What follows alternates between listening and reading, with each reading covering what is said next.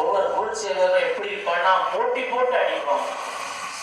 அடிச்சு இழுத்து இந்த முதுகுல அடிச்சு இந்த வார் இந்த முன்னாடி வந்து எல்லா சதையும் என்ன ஆயிடுச்சா, பிஞ்சு போச்சு.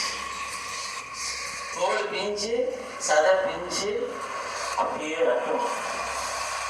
சிலுவையை அறுக்கும் போது தலையில முள் கீழே வச்சு அதை அடிச்சு அங்கேயே ரத்தம் ஓடிட்டு பைபிள்ல இந்த முடிவு இதெல்லாம் வச்சு அடிச்சு அப்படி இழுத்தா அதுல ஈய குண்டுகள் முள்ளுகள் இதெல்லாம் வச்சு அடிச்சு அப்படி இழுத்தா 1 2 இல்ல 39 அடி.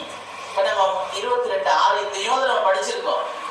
படிச்சுட்டு இதுக்கு நமக்கு அதிகமா புரியாதுன்னா அப்படியே போய் நானும் ஒரு மனுஷனால நான் ஒரு குழு அப்படின்னு ஏசி எந்த நிலைமைக்கு போகிறதுக்கு என்ன காரணம் அப்படின்னா அந்த சரித்திரத்துல நிறைய பேர் வாசிக்கிறோம்.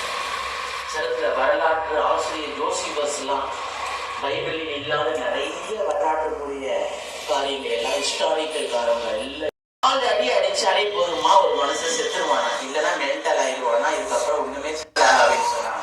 எல்லாமே வசனம் இருக்கு. அதெல்லாம் நம்ம புரிஞ்சுக்க.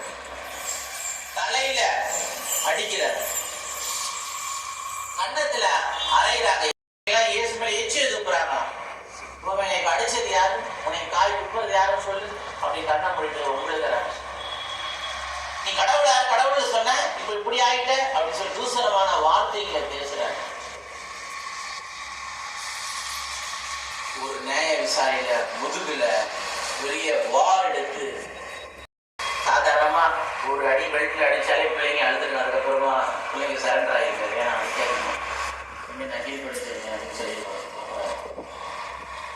இழுக்கப்பட்டு மனுஷன் மாறி இல்லையே, புழு மாறி ஒரு சாதாரண ஒரு சத தொங்குற மாதிரி கூட இல்லை, ஒரு மாறி இருக்குது. ஏன் இவ்வளவு அந்த அடைந்தாரு, புழு மாறி இருக்கு. ஆனால் அப்படி கிடையாது.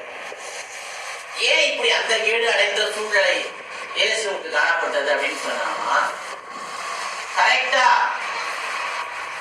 6 கட்ட விசாரணைகள் சிலுவைக்கு முன் நாம் அவர் சிலுவையிலே அவ்வளவு பாடுகளை பட்டார். சும்மா கொஞ்சம் நெஞ்ச பாடுகள்லாம் கிடையாது. இந்த உலகத்தில் யாரும் அப்படி ஒரு பாடுகள் படாத பயங்கரமான பாடுகளை எல்லாத்தையும் சொல்ல நம்ம நேரம் ஏசியால வசனம் போட்டிருக்கு. அந்த வசனம் நான் சொல்லவே முறை யார் எடுத்து வாசிக்கிறீங்கன்னு பார்ப்போம். மனுஷரை பார்க்கிலும் அவருடைய முகமும், மனுபுத்திரரை பார்க்கிலும் அவருடைய முக ரூபமும் தீர்காயுசை தருகிறார். உங்கள் வியாதிகளை நீக்கி கொடுக்கிறார். பிள்ளைகளுக்கு நல்ல படிப்பை தருகிறார். பிள்ளைகள் நல்ல படிச்ச பிள்ளைங்க நல்ல வேலையை தரார். திருமணத்துக்காக காத்திருக்கிறவர்கள் நல்ல வரங்களை தருகிறார். சரீரத்தை பலப்படுத்துகிறார். இன்னும் என்னென்ன தேவையோ எல்லா வருஷம் எல்லாம் கண்களை மூடி ஜெபம் பண்ணுங்க பார்ப்போம்.